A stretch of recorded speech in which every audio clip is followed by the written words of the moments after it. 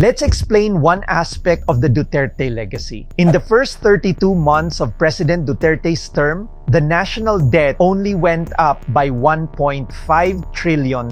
That's from 5.95 trillion to 7.45 trillion straight from the Bureau of the Treasury. Duterte admin debt increased by 1.5 trillion over 32 months. Average monthly increase approximately 46.9 billion. Major expenditures included infrastructure projects and social reforms. Marcos admin debt increased by 3.26 trillion over 32 months. Average monthly increase approximately 101.9 billion. Significant borrowings were made to support economic recovery, ayuda, and infrastructure development. But here's the thing about Duterte's time. It wasn't just about borrowing money. Stuff actually got done. Projects you can still see and use today. LRT 2 East Extension, the viaduct was done and station construction had already started. Skyway Stage 3, fast track to connect North and South Luzon. NLX Harbor Link Segment 10, finished and opened in 2019. North-South Commuter Railway. Phase 1 broke ground in early 2019. Big social reforms. We begin with good news. Higher education at state universities and colleges will now be provided free. This is in line with a new law enacted by President Rodrigo Duterte last night. President Duterte signed into law a landmark bill providing healthcare coverage for all Filipinos. I'm very happy that the President talked about how business permits must be out in 3 days. And all of that happened in just the first half of Duterte's presidency.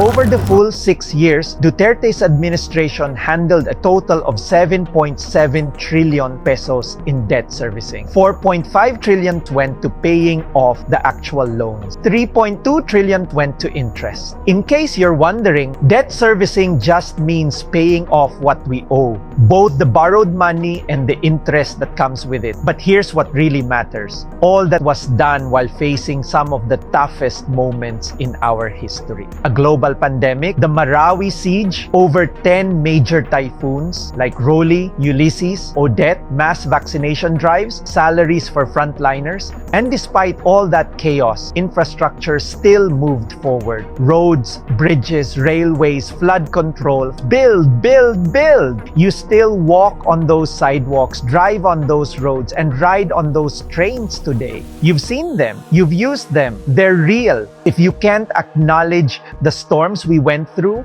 and the work that still got done, you're not sharing an opinion. You're not correcting the story. You're rewriting it. And that's not truth. That's just bias wearing a different shirt. The Western world and to his political enemies, he is ruthless. A strong man, a criminal.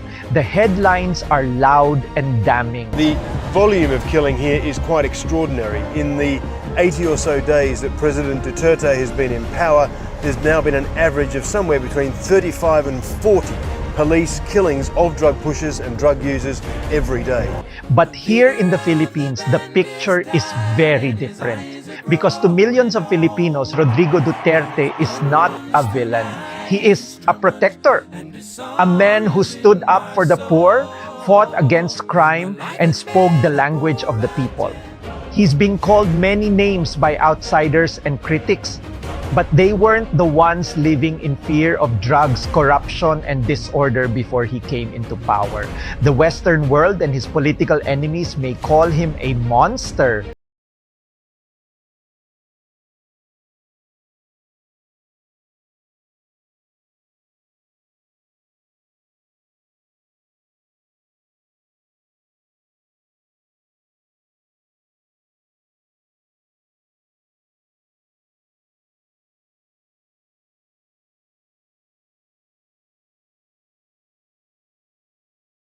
It's so humbling that I said, I will serve you.